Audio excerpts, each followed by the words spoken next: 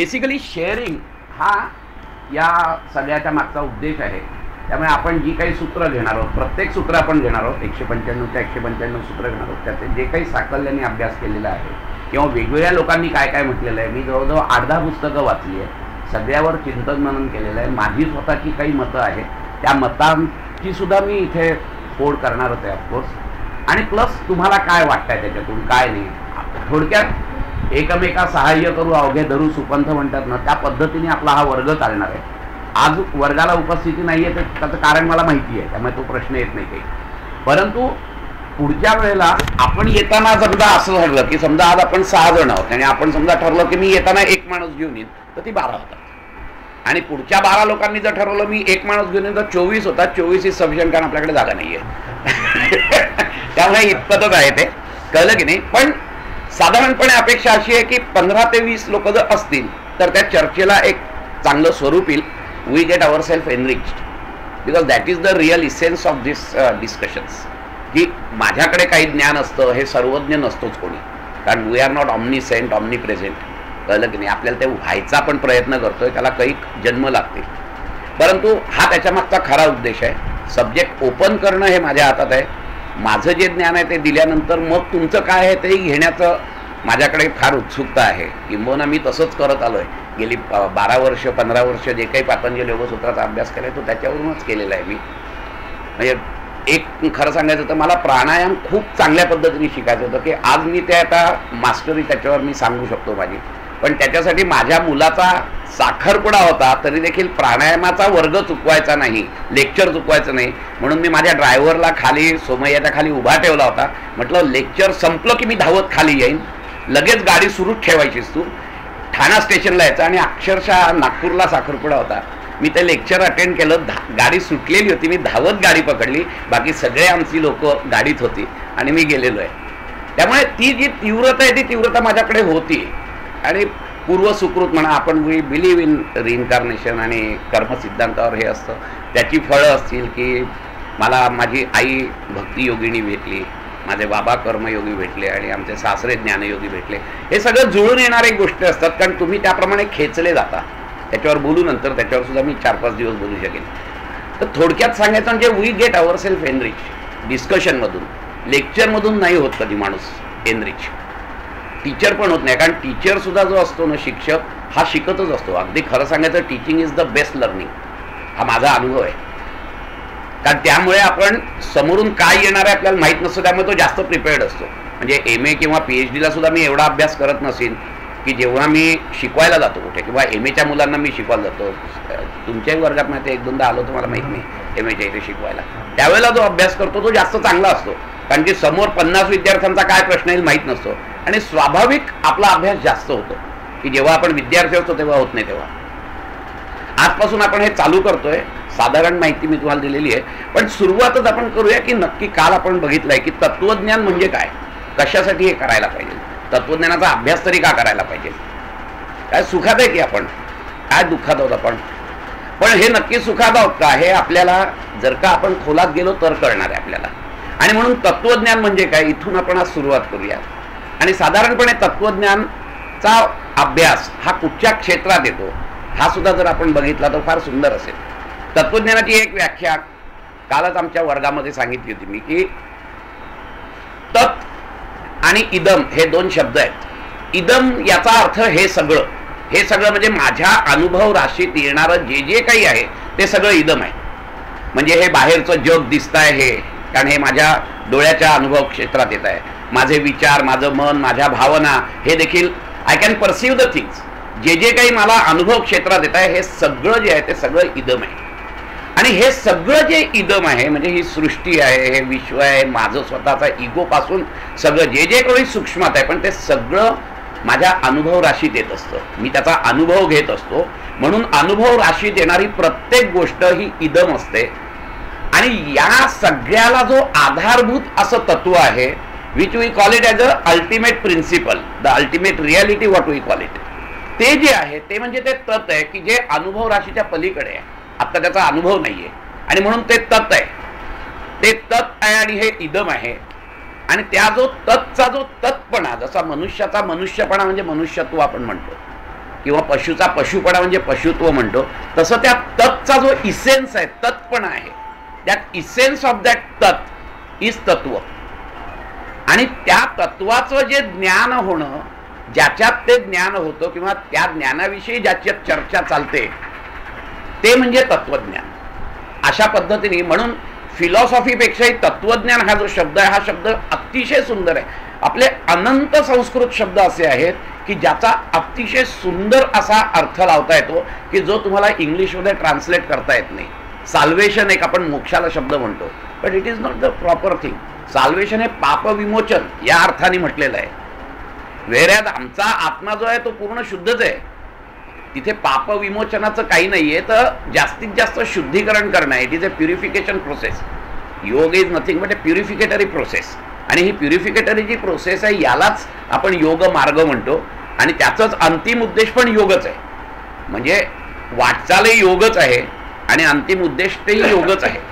हा एक गोष्ट लक्षात ठेवायची आपण आपल्या तत्वज्ञानाच्या विषयी, की तत्वज्ञानाचा खरा अर्थ त्या तत्चं जे ज्ञान आहे ते ज्ञान करून घ्यायचं आहे, की त्या किंवा त्या ज्ञानाविषयी जी चर्चा असते ती तत्वज्ञानाची चर्चा असते. विज्ञान आणि तत्वज्ञान या दोन वेगळ्या गोष्टी आहेत. विज्ञान हे पूर्णपणे आपल्या अनुभवाच्या याच्यावर तपशील टिपत असतं सगळं, आणि त्या तपशिलाचाच इलॅबोरेट करून विज्ञान बनत असतं, पण ते अनुभव राशीत असतं. पण जे अनुभव राशीत येणारं आत्ता नाहीये, पण जे मूळ आहे त्या मुळाचं जे काही ज्ञान आहे ते ज्ञान तत्वज्ञानात होत असतं. हा विज्ञान आणि तत्वज्ञानामधला फरक आहे.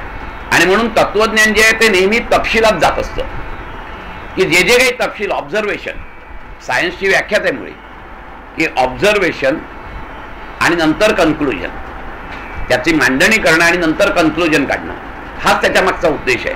आणि त्यामुळे ते तपशिलात जात असतं. वेऱ्याज अध्यात्म जे आहे हे अध्यात्मशास्त्र तपात आणि शीलात जात असतं. हा फरक लक्षात ठेवायचा आपल्याला. एकीकडे तपशील आहे आणि एकीकडे तप आणि शील आहे. इथे तुम्हाला तप करायचं आहे, इथे तुम्हाला शीलवतच तुमचं हे असेल तरच तुम्ही त्या मार्गात जाऊ शकता, कारण अध्यात्माचा मार्गच मुळे सात्विकतेतून जात असतो. त्यामुळे सात्विकता हा त्याचा बेस आहे. सत्व गुणात्मक होऊन मगच त्या सत्वाच्या पलीकडे जेव्हा माणूस जातो त्यावेळेला तिथे आपण अध्यात्मात प्रवेश करतो असं होतं. नमस्कार साहेब, या. आणि म्हणून तत्वज्ञान आणि विज्ञान याच्यामधला हा फरक आहे. आता आपल्या इथे आपण म्हणतो की आपलं सर्वात जुनं जे लिटरेचर आहे ते सर्वात जुनं लिटरेचर हे वेद आपण म्हणतो.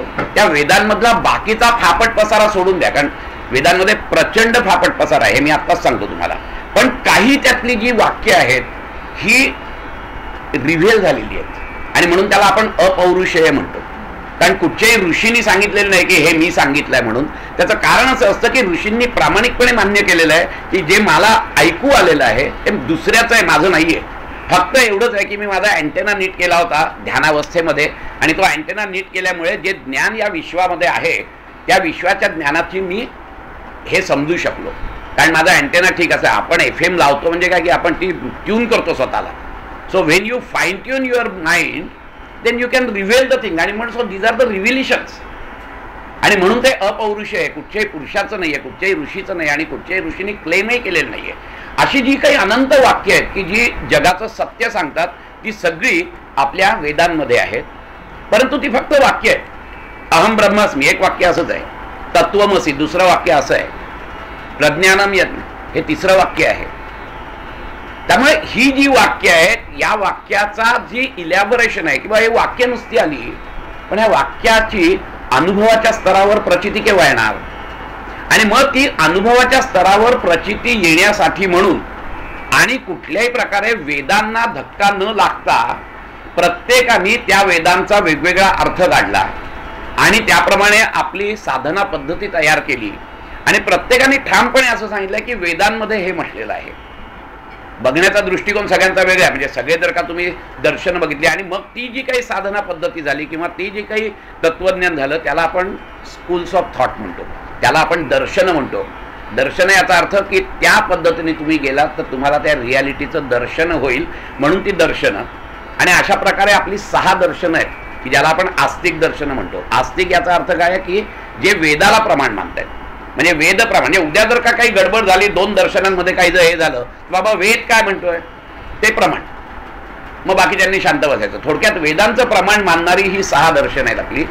प्रत्येक दर्शनाचा जर आपण अभ्यास केला तर घुमून फिरून प्रत्येक जण एकच गोष्ट सांगत असतो, अगदी खरं जर सांगायचं तर. म्हणजे अगदी द्वैत असो नाही तर अद्वैत तत्वज्ञान असो, कुठचंही तत्वज्ञान असो, घूम फिर के सब लोग एक ही बात कह रहे, हे साधारण अनुभव येतो. मी आता सगळ्या दर्शनांचा अभ्यास केल्यामुळे सांगतो की सगळं तसंच सांगतायत. फक्त त्याला कोणी ब्रह्ममाया म्हणतो, अद्वैतवाले ब्रह्ममाया म्हणतात, ते द्वैतातच येतात परत. कळलं की नाही? तर सांख्य डायरेक्टच द्वैतात जातात की पुरुष प्रकृती सांगून द्वैताचाच आहे करतात. हे त्या ब्रह्म आणि मायाच्या पलीकडे एक ब्रह्मतत्व देऊन अद्वैताचा पुरस्कार करतात. पण सगळ्यांची सांगण्याची पद्धत किंवा सगळ्यांचं जे हे सगळं एकच आहे.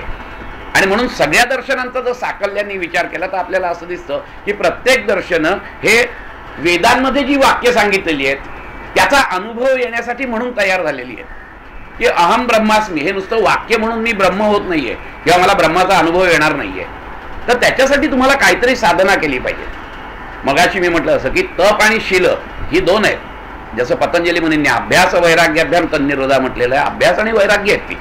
तर ह्याच्या अनुषंगाने, आणि हे कठीण आहे काम, योग मार्गात जाणं किंवा अध्यात्म मार्गामध्ये जाणं, you need a tremendous courage, tremendous strength. येरागाबाळ्याचं काम नाही, नक्की नाही येते येरागाबाळ्याचं काम. किंवा लोढाला टेकून अध्यात्माच्या गप्पा मारता येत नाही. तुम्हाला झिजावंच लागतं, तुम्हाला तपच करायला लागतं, त्याशिवाय होत नाही. इतक्या सहजतेने अध्यात्म मार्गात जाऊ शकत नाही. इतक्या सहजतेने मोक्षाचा मार्ग मिळत नाही. त्याच्यासाठी तुम्हाला मेहनतच करायला लागते. आणि टाइमपास म्हणून तर अध्यात्मामध्ये कधीच प्रगती होत नाही.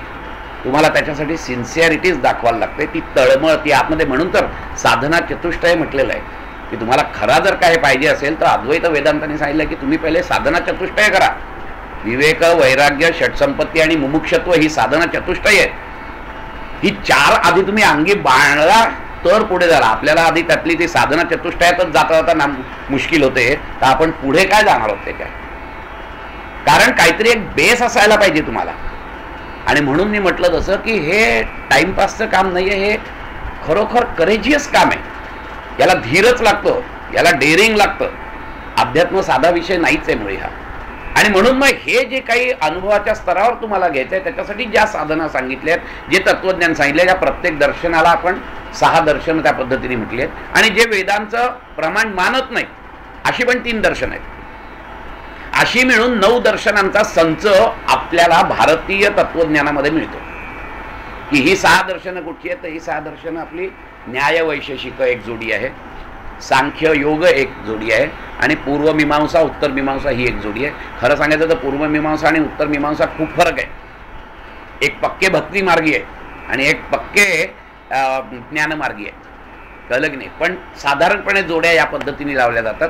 त्यापैकी या 2 जोड्या सांख्य आणि वैशेषिक आणि वैशेषिक आणि हे न्याय आणि सांख्य आणि योग या जोड्या मात्र पक्क्या आहेत, कारण त्यांच्यात खूप साधर्म्य आहे. कळलं की नाही? अशा पद्धतीने ही 6 दर्शनं जी आहे त्याच्यापैकी योग दर्शनाचा आपल्याला अभ्यास करायचा आहे. हे सगळं सांगण्याचा उद्देश. आता ही सगळ्या दर्शनांमध्ये काय कॉमन आहे? तर कॉमन आहेच ना. कारण कॉमन एक गोष्ट तर नक्कीच कॉमन आहे की प्रत्येकाने त्या वेदांचं प्रमाण मानलेलं आहे. ही तर एक पहिली कॉमन गोष्ट आहे. परंतु अजूनही 3-4 गोष्टी कॉमन आहेत त्याच्यामध्ये, की ज्या दर्शनांमध्ये तुम्हाला साकल्याने दिसतात. सर्वप्रथम दिसतं म्हणजे की मोक्ष संकल्पना. प्रत्येक दर्शनाने मोक्ष संकल्पना मांडलेली आहे. मोक्ष संकल्पनेचा किंवा मोक्षाचा साधारण अर्थ म्हणून मी तुम्हाला सांगतो की ही कुठचीही प्रत्येक दर्शनाने एक मान्य केलंय की मोक्ष ही कुठची बाहेरची वस्तू नाहीये, तर ती तुमची आंतरिक अवस्थाच आहे. ही प्रत्येक दर्शनाने मान्य केलेली कॉमन गोष्ट आहे. काही कॉमन गोष्टी आहेत त्याच्यात, त्यातली ही एक गोष्ट आहे की एक मोक्ष संकल्पना त्यांनी मांडली आहे. आणि त्या मोक्ष संकल्पनेमध्ये प्रत्येक दर्शनाने हे सांगितलं आहे की ही बाहेरची वस्तू नसून ही तुमची आंतरिक स्थिती आहे. मोक्ष ही बाहेरच्या वस्तूतून तुम्हाला मोक्ष मिळणार नाही, तर तुमच्या आंतरिक मनस्थितीचंच दर्शन म्हणजेच मोक्ष आहे. की जिथे तुम्हाला पुढे काही शिकण्यासारखं राहत नाही, पुढे काही जाणण्यासारखं राहत नाही, असं जेव्हा येते ती स्टेज म्हणजे मोक्ष आहे. मग त्याला कालांतराने जन्ममृत्यूच्या फेऱ्यातून बाहेर पडणं वगैरे ते का वगैरे तो नंतरचा भाग आहे. की मग जन्ममृत्यूच्या फेऱ्यातून बाहेर पडणं म्हणजे मोक्ष वगैरे, तर तसं काही नाहीये. याची देही याची डोळा तुम्हाला मोक्षाची प्राप्ती होत असते. तुकाराम महाराजांनी सुद्धा तेच सांगितलेलं आहे, आमच्या सगळ्या संतांनी तेच सांगितलं आहे, किंबहुना आमच्या सगळ्या संतांनी त्याचा अनुभव घेतलेला आहे की याची देही याची डोळा. आपण पुढच्या शुक्रवारी नाही, हा या बुधवारी, येत्या बुधवारी नाहीये, त्याच्या पुढच्या बुधवारपासून रेग्युलर चालू आहे. कारण हे 3च दिवस मग राहत आहेत ना, म्हणून मग आम्ही ठरवलं मुद्दामून की या शुक्रवारी, या बुधवारी नाही पण त्याच्या पुढच्या बुधवारपासून. आणि 2-3 बुधवार मी सगळ्यांना मेसेज टाकीन. आत्ता जे आले त्यांचे फक्त इथे नंबर देऊन ठेवा मला सगळ्यांनी. आणि मी मगाशी म्हटलं जसं की प्रत्येकाने एक निर्णय घ्या की येताना मी एका माणसाला आणीन. म्हणजे आज जे 7 आहेत तर 7 दुणे 14 झाले तरी देखील काही हरकत नाही. आपण जो वेळ खर्च करतो तो वेळ सत्कारने जास्तीत जास्त लोकांना लागावा हा त्याच्या मागचा उद्देश आहे.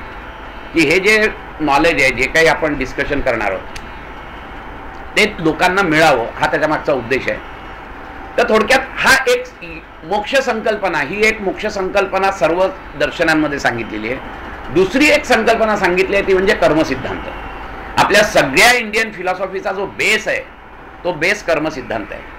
या कर्मसिद्धांतावरही बोलता येतं. मी आत्ता तिथे 15 दिवस प्रवचनं केली, त्यात 3 दिवस मी फक्त कर्मसिद्धांतावरच बोललो होतो खरं सांगायचं तर.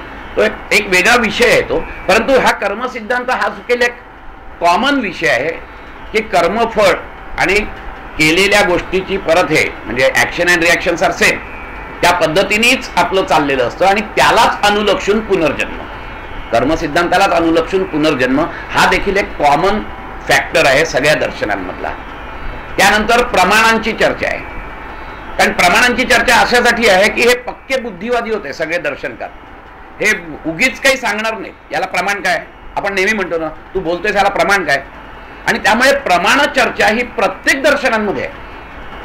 आणि त्यांनी सखोल अभ्यास केलेला आहे की नाही माझ्या याला प्रमाण असलं पाहिजे सांगण्याला. मी एखादं वाक्य जर बोललोय तर त्याला प्रमाण काय.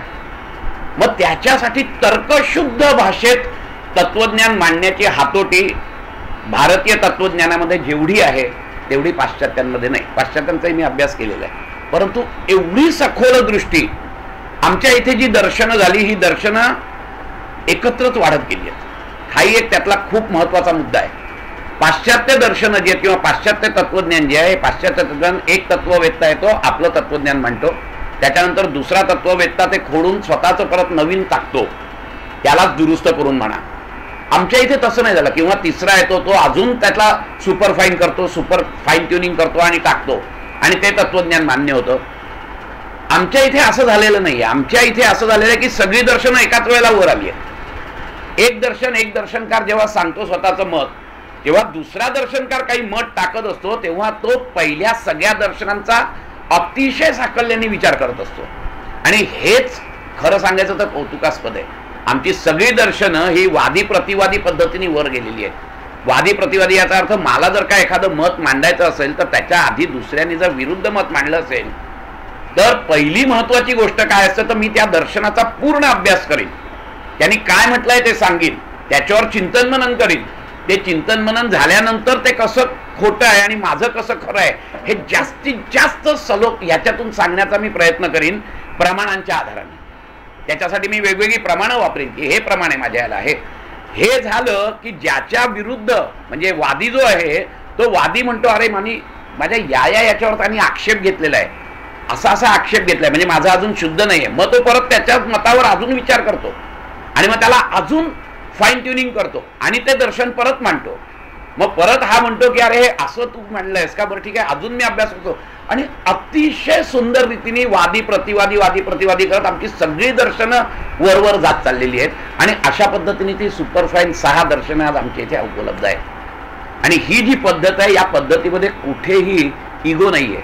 कारण माझं दर्शन जास्तीत जास्त कसं स्वच्छ होईल याच्याकडे बघण्याचा दृष्टिकोन असतो. पण मी स्वच्छ असताना मला दुसऱ्यांचं दर्शन नीट आकलन व्हायलाच पाहिजे या दृष्टिकोनातून त्यांनी ते केलेलं असतं.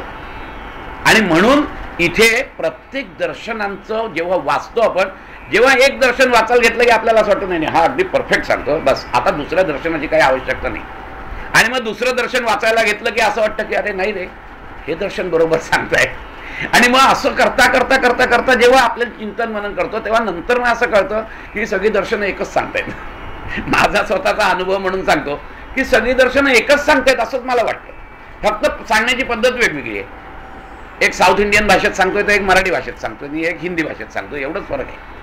वेगवेगळ्या पद्धतीने सांगतायत पण सांगतायत एकच. त्याचं कारण असं असतं की प्रत्येक माणूस हा सुखाच्या मागे लागलेला असतो.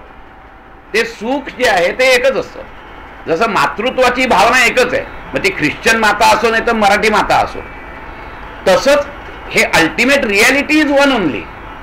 त्याची सांगण्याची पद्धत वेगवेगळी आहे, त्याची अनुभव करण्यासाठी साधनं वेगवेगळी आहे, आणि म्हणून ते वेगवेगळी दर्शनं झालेली आहेत, परंतु अल्टिमेट रियालिटी रिमेन्स सेम. त्याच पद्धतीने हे झालं. फक्त सांगण्याची एखाद्या माणसाला एखाद्या सत्याचं दर्शन या पद्धतीने होतं म्हणून तो ते सांगतो. ते सांगितल्यानंतर त्याला जे फॉलो करतात ते त्याचे फॉलोअर बनतात, आणि मग अशा पद्धतीने एक संप्रदाय तयार होतो. मग ते त्या मार्गाने जातात. पण त्या मार्गाने जर का तुम्ही प्रामाणिक प्रयत्न केला तर जाल ना, कारण शेवटे सगळे मार्ग आहेत ते सगळे मार्ग एका कुठल्या तरी टोकालाच थांबणार आहेत की जिथे ते सत्य आहे. त्यामुळे अनुभव अल्टिमेट जो येतो तो एकच आहे, फक्त त्या अनुभवाला जाण्यासाठी म्हणून मार्ग वेगवेगळे.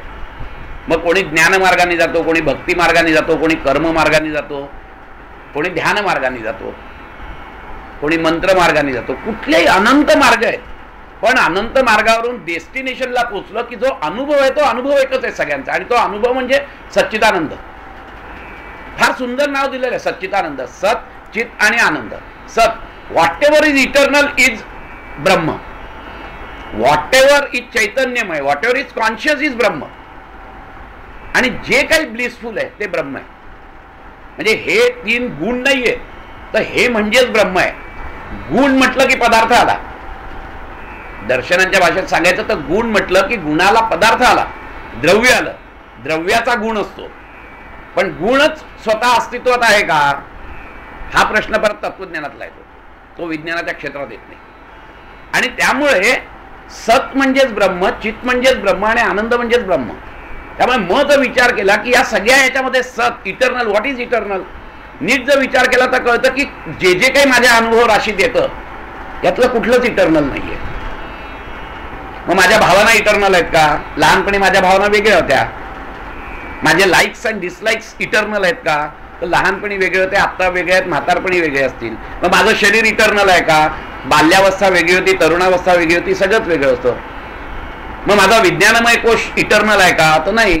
लहानपणी माझ्या विज्ञानमय कोशामध्ये जे विचारांचे आणि अनालिसिसचे तरंग यायचे त्याच्यापेक्षा वेगळे तरंग माझे आत्ता आहेत, त्याच्यापेक्षा वेगळे. म्हणजे everything is momentary, and when it is momentary it is not eternal, and which is not eternal is not Brahman. And so what is Brahman? Which ever is eternal. आणि मग असं करता करता असायचं की एकच तत्व आहे की जे इटर्नल आहे, आणि म्हणून त्याला ब्रह्मतत्व म्हणायचं. आणि त्या ब्रह्मतत्वापासून बाकी जे निर्माण झालेलं आहे तो वेदांत तत्वज्ञानाचा एक विषय आहे.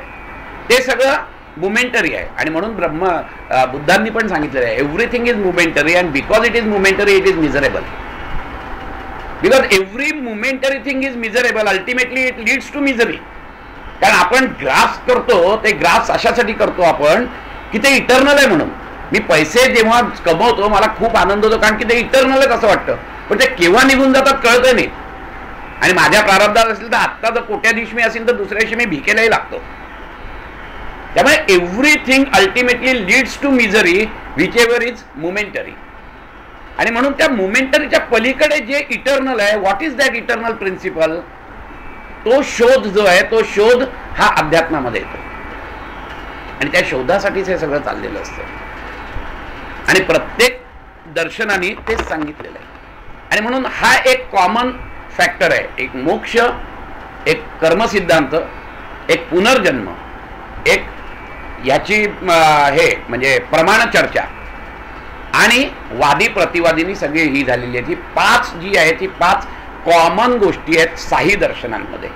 किंबहुना मी म्हणेन 8 दर्शनांमध्ये. चारवाक सोडून द्या, चारवाक जरा वेगळे आहेत पण त्याच्याविषयी खूप गैरसमज आहे, तेही सांगतो मी तुम्हाला. चारवाक हा अतिशय बुद्धिवान माणूस आहे, त्याच्याबद्दल वादच नाही आहे. आपण त्यांना या बाकीच्या दर्शनकारांनी एक घृणास्पद हे केलेलं आहे आणि त्यांच्यावर काही काही आरोप, जसे आपण करतो ना आरोप सरदारजी लोकांवर, तसं थोडंसं झालं त्याचं माझं प्रांजळ मत आहे.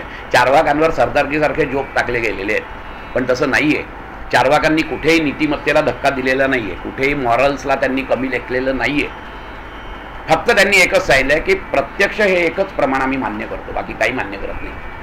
प्रत्यक्ष प्रमाणावर आधारित आहे आणि यानंतर आमचं काही नाही. आणि म्हणून हे जे जीवन आहे हे जीवन सर्वात सुखी करा. परत तेच सांगतंय चारवाक सुद्धा, तेच सांगताय की जास्तीत जास्त सुखी राहा, पण त्याचा अर्थ लोकांनी वेगळा घेतला की काही करून सुखी राहा.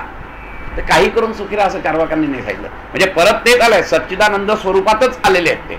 You be happy. आणि मी स्वतः माझं प्रिन्सिपल सांगतो, मी प्रत्येक माणूस स्वतःचं तत्वज्ञान जगत असतो. मी नेहमी माझं तत्वज्ञान सांगतो की yes, I have decided to be happy and so nobody can make me miserable because I have decided to be happy. Why I have decided to be happy? त्याचं कारण असं आहे की इट इज माय इसेन्स. आपण का प्रत्येक जण सुखाच्या मागे असतो, का बरं कोणी दुःखाच्या मागे नाही लागत? एक तरी जगाच्या पाठीवर असा माणूस आहे की जो दुःखासाठी तडफडतोय, काय दुःख मिळेल, केव्हा एकदा मिळेल असं झालाय त्याला. असं कधीच नसतं. मग याच्यावर पण आम्ही विचार कधी केला नाही. मग प्रत्येक जण सुखाच्याच मागे का लागतो? Everybody is striving for the happiness. Why? मग त्याच्या अज्ञानामुळे तो वेगवेगळ्या गोष्टींना सुख मानतो, ती गोष्ट वेगळी. ऍक्च्युअली तो जो झगडत असतो ना, तो झगडत असतो शाश्वत सुखासाठी. पण दुर्दैवाने आमच्या अज्ञानामुळे, अविद्येमुळे आम्ही आमच्या पंचज्ञानेंद्रियांना जे सुखकर वाटतो ना, त्याला आम्ही शाश्वत सुख मानतो आणि त्याच्यावर आम्ही विचार करत नाही, कारण आम्ही ते अवेअरनेसनी उपभोगत नाही. If you have the awareness, then you will start thinking on it, because that is the actually reality. Why you are different from animal? It is because that you have got the faculty of analysis and faculty of discrimination. पण आम्ही ते वापरत नाही. आम्ही शेवटपर्यंत 70-75ला माणूस गेला तरी देखील त्या पैशाच्या मागे लागत असतो. तरी तो विचार करत नाही की मी मरणार आहे तेव्हा हे सगळे पैसे इथे राहणार आहेत. आणि जेव्हा तो तडफडत असतो, याचा अर्थ कुठेतरी त्याच्यामध्ये उणीव आहे. उणीव आहे याचा अर्थ तुम्ही बद्ध आहात, तुम्ही मुक्त नाही आहात. मोक्ष म्हणजे मुक्तता आहे. तुम्हाला काहीतरी पाहिजे आहे, ही जेव्हा अवस्था आहे, याचा अर्थ तुम्ही बद्ध आहात. तुम्ही मोक्षाची संकल्पना अशी आहे की तुम्ही बद्धच नाही आहात, तुम्ही मोकळे आहात. Right from gravitational force you are बद्ध, यू आर बॉन्डेड. ते सर्वात सूक्ष्म म्हणजे डिझायर्स. डिझायर्सनी तुम्ही बांधलेले आहात. डिझायरलेसनेस आम्हाला माहित नाही, आम्ही अनुभवला नाही अजून, त्यामुळे आम्ही बद्ध आहोत. लोक म्हणू देत किती काय मस्त आहे, मी सुखात आहे, 2 गाड्या आहेत, 4 बंगले आहेत, मी सुखात. तो सुखात नसतो, तो बद्धच असतो. कारण तो अजून काहीतरी 5वा बंगला का नाही म्हणून तडफडतच असतो. तो बद्धच असतो, कारण उणीव आहे त्याला. 5वा बंगला मिळत नाही, ही उणीव आहे, तो बद्ध आहे. He is not enjoying his life. Life enjoy करणं याचा अर्थ मला काहीच नकोय, सगळंच मिळालंय, ही भावना असणं. आणि ही भावना डिझायर फुलफिल करून होत नाही, तर ही भावना डिझायर कमी करून होते. वेस्टर्न फिलॉसॉफी आणि ईस्टर्न फिलॉसॉफी मधला मेन फरक आहे. Western philosophy is trying to fulfilling all the desires. कारण त्यांचं प्रामाणिक मत असं आहे की डिझायर्स उत्पन्न करा तर तुमची प्रगती होईल. भौतिक दृष्ट्या ही गोष्ट बरोबर आहे, पण भौतिक पातळीवर ही गोष्ट बरोबर आहे, आध्यात्मिक पातळीवर ही बरोबर नाहीये. कारण इटर्नल सुखासाठी ही गोष्ट बरोबर नाहीये. तर इटर्नल सुखासाठी you have to curtail your desires. आणि वेस्टर्न आणि ईस्टर्न फिलॉसॉफी मधला हा जो फरक आहे, आमच्या इथे सेमी सांगतात की आग विझवण्यासाठी पेट्रोल घेऊन जाणं जसं आहे ना, तसं डिझायर फुलफिल करण्यामध्ये आम्हाला प्रांजळपणे असं वाटतं की आज मला 2 रूम किचनचा ब्लॉक मिळाला की बस, I will be the happiest person in the world. तसं होत नाही आणि त्यासाठी आम्ही ह्या हाणामाऱ्या करत असतो. सगळ्या 5 वर्ष झगडतो, पैसे कमवतो, खूप त्रास सहन करतो, कुठेही आनंदी नसतो. आणि मग तो 2 बेडरूमचा फ्लॅट आम्हाला मिळतो. 2 बेडरूमचा फ्लॅट मिळाल्यावर नाव आय एम हॅपी. पण ते हॅपीनेस किती वेळ असतो सांगा मला तुम्ही? 4 वर्ष झगडल्यावर तो हॅपीनेस माझा हार्डली 5 ते 6 महिने असतो. माझा लगेच माझा दुसरा मित्र मला समोर दिसायला लागतो की ज्याच्याकडे 3 बेडरूमचा फ्लॅट आहे, की परत माझी डिझायर वर येते. Because I have not fulfilled the desire. माझी डिझायर ही अनलिमिटेड हॅपीनेस साठी आहे. ती अनलिमिटेड हॅपीनेस लिमिटेड गोष्टींनी पुरी होऊ शकत नाही. हा विचार विज्ञानमय कोशामध्ये येतो. त्याच्यासाठीच चिंतन मनन, त्याच्यासाठीच पॉवर ऑफ ॲनालिसिस तुम्हाला वापरायला लागते. ही पॉवर ऑफ ॲनालिसिस तुम्हाला दिलाय म्हणून तुम्ही पशुपासून वेगळे आहात. आहार निद्रा भयमैथुनमच सामान्यमेतत् पशुभी नराणाम बुद्धिर्हि तेषाम अधिको विशेषो बुद्धिर्विना पशुभी समाना. ती बुद्धी म्हणजे 2x2 4 ही नाही बुद्धी. ती बुद्धी याचा अर्थ your power of analysis, power of thinking. आम्ही करत नाही. आम्ही आयुष्यभर त्या पैशाच्या मागे, त्या नेम आणि फेमच्या मागे असतो, पण कधीही त्या विज्ञानमय कोशामध्ये ॲनालिसिस करत नाही की मी खरंच सुखी होतोय का. कारण प्रत्येक वेळेला मी काहीतरी डिमांड करतोय म्हणजे काहीतरी उणीव आहे माझ्यात, आणि उणीव आहे याचा अर्थ मी दुःखी आहे. हा महत्वाचा मुद्दा लक्षात घ्यायचा. आणि म्हणून जेव्हा आम्ही संतांकडे बघतो, संतांकडे माझ्या ह्याच्यातलं नेम फेम वेल्थ काही नाहीये, आणि तरी देखील ते सुखी आहेत. आणि माझ्याकडे नेम फेम वेल्थ सगळं आहे तरी मी दुःखी आहे, कारण की मला अजून काहीतरी हवा आहे. आणि हवाय ही जी काही गोष्ट आहे ना, या गोष्टीमुळेच मी दुःखी आहे. मला काहीच नको म्हटल्यानंतर मी सुखीच आहे ना, मी खूपच शांत आहे ना, कारण बाकी सगळंच देवाने दिलंय मला. हे ऑक्सिजन देवाने दिलेलं आहे, प्रकाश देवाने दिलेला आहे, सगळंच देवाने दिलंय, मला खरी गरज नाहीये काही. आणि जे काही मला या शरीरासाठी मिळवायचं ते दिलेलं आहे, भिक्षा मागून. आणि म्हणून तर पूर्वी भिक्षेकरी जे आहेत त्याला भिकारी नाही म्हणायचे, कारण ते त्या आध्यात्मिक साधना करून लोकांना सांगायचे, ते लोकांनाही त्या मार्गाला घेऊन जायचं, ते महत्वाचं काम करायचंय. त्यावेळी ते भिकारी नव्हते. आणि म्हणून काही गृहस्थाश्रमी लोक 5 भिक्षा दिल्याशिवाय जेवणार नाही असा पण करायचे पूर्वी. गृहस्थाश्रमालाही तेवढंच महत्व होतं. आमची ही जी काही सगळी धडपड असते, ही सगळी धडपड बाहेरच्या गोष्टी मिळून मी सुखी होईल या कल्पनेमुळे असते. परंतु प्रत्येक बाहेरची गोष्ट याला लॉ ऑफ डिमिनिशिंग रिटर्न्स हा लागू पडतो. या 3 गोष्टी असतात आपण जर नेहमी विचार केला तर. एक तर उपभोग्य वस्तू, दुसरं उपभोगणारा, आणि तिसरा महत्वाचा म्हणजे हा जो मी नियम सांगितलाय हा. कुठचीही गोष्ट मला शाश्वत आनंद देऊच शकत नाही. त्याचं कारण असं असतं की एखादी गोष्ट, लाडवाचं उदाहरण जर मी घेतलं, मला गोड आवडतं म्हणून मी घेतोय, लाडवाचं उदाहरण घेतलं तरी देखील तो लाडू मी खाल्ला एकदा तर मला आनंद होईल, वाद नाहीये. त्याच्यामुळे मला दुसरा लाडू खायची पण इच्छा होईल. पण मी जर का असे धनार्दन 5 लाडू खाल्ले तर लॉ ऑफ डिमिनिशिंग रिटर्न्स मध्ये 5व्या लाडवाला माझा जो आनंद आहे तो आनंद पहिल्या लाडवा इतका नाही राहणार आहे. मग कुठलं शाश्वत आलं? तो आनंद कमी कमी होतोय, शाश्वत तर दूरच राहिलं. म्हणजे ज्या गोष्टीने मला आनंद मिळतो अशी माझी प्रामाणिक समजूत होती ती देखील गेली. त्यामुळे त्यात पण मला सुख मिळत नाहीये. बरं, दुसरी महत्वाची गोष्ट की कुठची एखादी गोष्ट शाश्वत आहे का? की ज्या गोष्टीमुळे उद्या मी पैसा मिळवला शाश्वत आहे का तो? उद्या मी घर घेतलं शाश्वत आहे का ते? म्हणजे जी गोष्ट शाश्वत नाही ती अशाश्वत गोष्ट मला शाश्वत सुख कसं देऊ शकेल? आणि तिसरी महत्वाची गोष्ट अशी असते की जो उपभोगणारा मी आहे तो तरी शाश्वत आहे का? हाही परत प्रश्न आहे. तिन्ही गोष्टी अशाश्वत आहेत आणि तरीही या तिन्हीच्या कडबोळ्यातून मी शाश्वत आनंद सुखायचा प्रयत्न करतोय, which is ridiculous, absolutely ridiculous. आणि हा विचार विज्ञानामय कोशात होतो. ही बुद्धी तुम्हाला दिलेली आहे. आणि ह्याच्या चिंतन मननातून जेव्हा माणूस पुढे सरकतो तेव्हा मग तो आध्यात्मिक क्षेत्रामध्ये प्रवेश करतो. मिळत नाही त्याला अध्यात्म अजून पूर्ण. तो प्रवेश करतो आणि मग म्हणतो की अरे मग ठीक आहे, हे सगळं मिळून सुद्धा मी जर का उणीवच आहे माझ्यात, जर का मी अजूनही दुःखीच आहे, तर मग त्या सुखासाठी काय करायला पाहिजे? त्यालाच म्हणतात की question, right question leads to right path. Now you have started questioning, right questioning, की मग त्याच्यासाठी काय करायचे? मग तो ज्याला असं सुख मिळालंय त्या माणसाच्या संगतीत जातो. मग त्या माणसाच्या संगतीत जाऊन त्याच्याशी चर्चा करतो, तो त्याला काहीतरी बोध देतो. आणि म्हणून या 7 पायऱ्या सांगितलेल्या आहेत आपल्याला योग वशिष्ठामध्ये. सप्त ज्ञानभूमी, शुभेच्छा, विचारणा, सत्वसंपत्ती, या ज्या 7 पायऱ्या, त्या 7 पायऱ्या या क्रमाने जातात. पहिली शुभेच्छा म्हणजे तुमच्या मनामध्ये आधी इच्छा यायला पाहिजे, निर्माण व्हायला पाहिजे, ज्याला आपण मुमुक्षत्व म्हणतो. पण ती इच्छा कशी येईल, केव्हा येईल इच्छा, तीव्र इच्छा केव्हा येईल? जेव्हा त्याच्यावर तुम्ही अनालिसिस कराल की yes, in spite of all this things I am miserable, what the hell I am doing.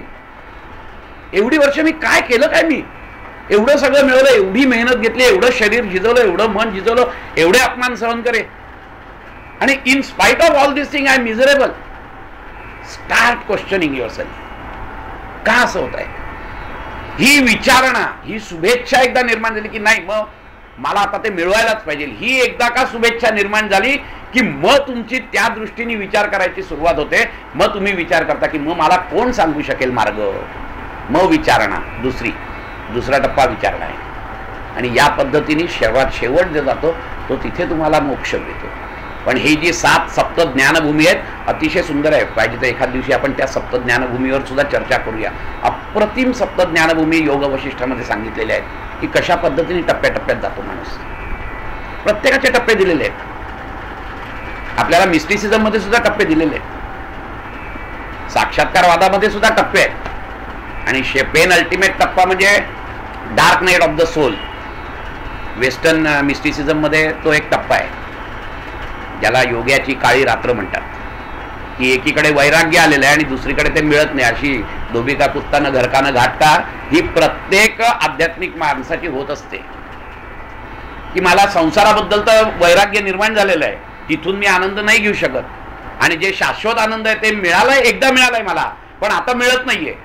अशी जी तडफड ज्याला म्हणतो ना, की मासा पाण्याच्या बाहेर काढल्यावर जशी तडफड होते ना, तसा तडफडीचा तो त्याचा काळ असतो. आणि म्हणून त्याला dark night of the soul म्हटलेलं आहे. तो तडफडच असतो की त्याचा एकदा अनुभव आलाय मला आणि त्यासाठी मी तडफडतोय. आणि इकडे तर मग आता बरं असं आहे का, तो मिळत नाही, जाऊ दे, सोडून दे, मी परत संसारात आलो, तर संसारात पण नाही, कारण त्याच्याविषयी वैराग्य निर्माण झालंय मला. अशा पद्धतीने ती जी तडफड असते त्या तडफडीतलाच पेन अल्टिमेट स्टेज. आणि मग केव्हा तरी असं येतं की ते खाडकन ब्रह्मतत्व तुमच्यात येतं आणि तो तुम्हाला साक्षात्कार होतो. बुद्धांचं असंच झालेलं आहे. बुद्धांचं हेच झालेलं आहे. सगळे प्रकार करून झालेले होते बुद्ध, आणि सर्वात शेवट त्यांनी फक्त आपला स्वतःचा मार्ग अनुभवला. आणि त्यांना जेव्हा साक्षात्कार झाला तेव्हा, आणि तो साक्षात्कार इतका ठळठळीत असतो की तुम्हाला सांगायची गरज नाही पडत की मला साक्षात्कार झालाय. इतकं तो ठळकपणे तुम्हाला कळत असतो की कोणाला सांगायची, कोणाला सिद्ध करायची गरज नाही पडत त्या माणसाला ज्याला साक्षात्कार झालाय त्याला. इतका तो ठळक असतो, त्याला विज्ञानाची गरज लागत नाही, त्याला कोणाला सांगायची, कन्व्हिन्स करायची गरज लागत नाही. आणि मग तो फक्त सांगत जातो की या पद्धतीने जा रे, पोटतिडकीने सांगतो. ज्ञानदेवांनी पोटतिडकीने सांगितलंय, सगळ्या संतांनी पोटतिडकीने सांगितलंय, सगळी अभंग रचना पोटतिडकीतून झालेली आहे. ज्ञानदेवांचा हरिपाठ तर पूर्णपणे पोटतिडकीतून झाला. प्रत्येक याच्यामध्ये त्यांनी सांगितलंय ज्ञानदेवा म्हणे, यात कुठला ॲरोगन्स नाहीये. तर ती पोटतिडीक आहे त्यांची की अरे मला कळलंय आणि म्हणून मी तुम्हाला सांगतो या मार्गाने जा तुम्ही. आणि त्याच्यातून तो हरिपाठ निर्माण झालाय. या पद्धतीने ही सगळी दर्शनं घेऊन जायची असतात. या पद्धतीने त्या दर्शनांचा जर आपण अभ्यास केला तर आपल्याला कळतं की कुठला तरी एक मार्ग आहे, आणि तो मार्ग आम्ही कुठला निवडायचा, तर आमची नैसर्गिक कल कुठे आहे. मनाच्या पण 4 अवस्था आहेत.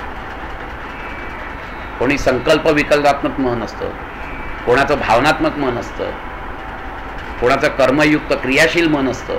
तुमच्या मनाचा नैसर्गिक कल कसा आहे त्या ह्याच्याप्रमाणे जर तुम्ही मार्ग अनुभव चोखाळलात तर तुम्ही जास्त फास्ट जाल तिथे.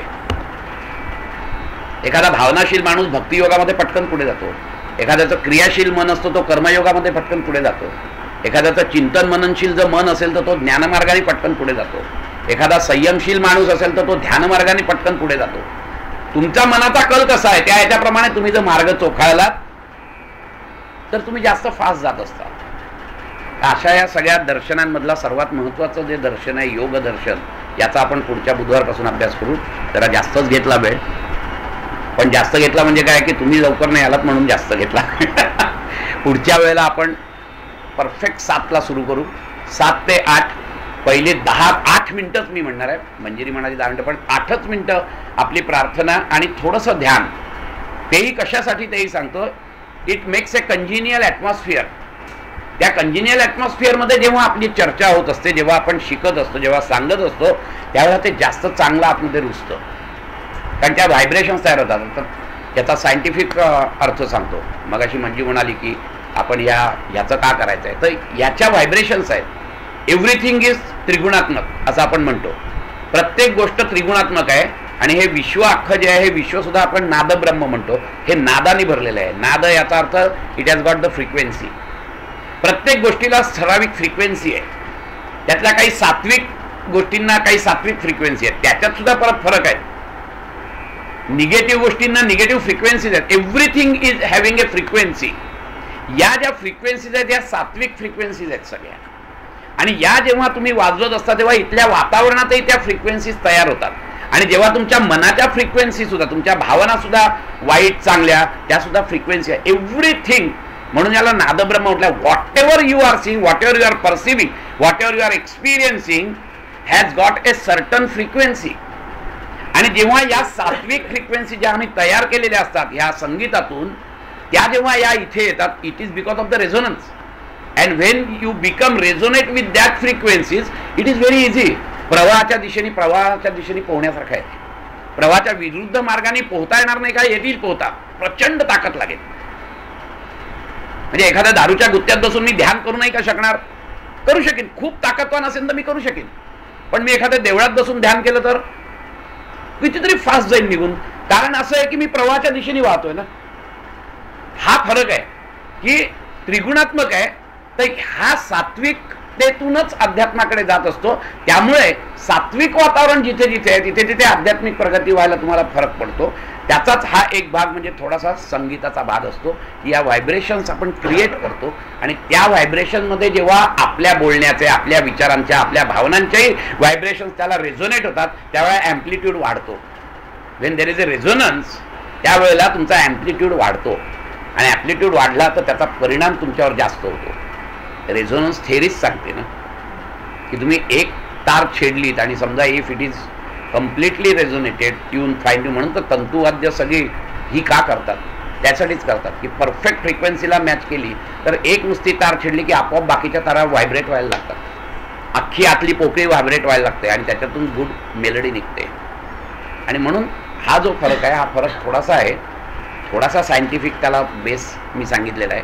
आपण आज इथेच थांबूया कारण तसेही 8:15 झालेले आहेत. पण पुढच्या बुधवारी नाहीये, येत्या बुधवारी नाहीये, पण त्याच्या मी आता तेच विचारणार होते. बुधवारी आपण विकास नसणार आहे, आपण सुरू केलाय आणि बुधवारचं ठरवलंय तर बसायचं असेल तर आपण बसू, काहीतरी वाचन करू, नाही तर ओळख करून घेऊ म्हणा काही. मला असं वाटतंय की आत्ताच 2-3 दिवसात लगेच नको बसायला.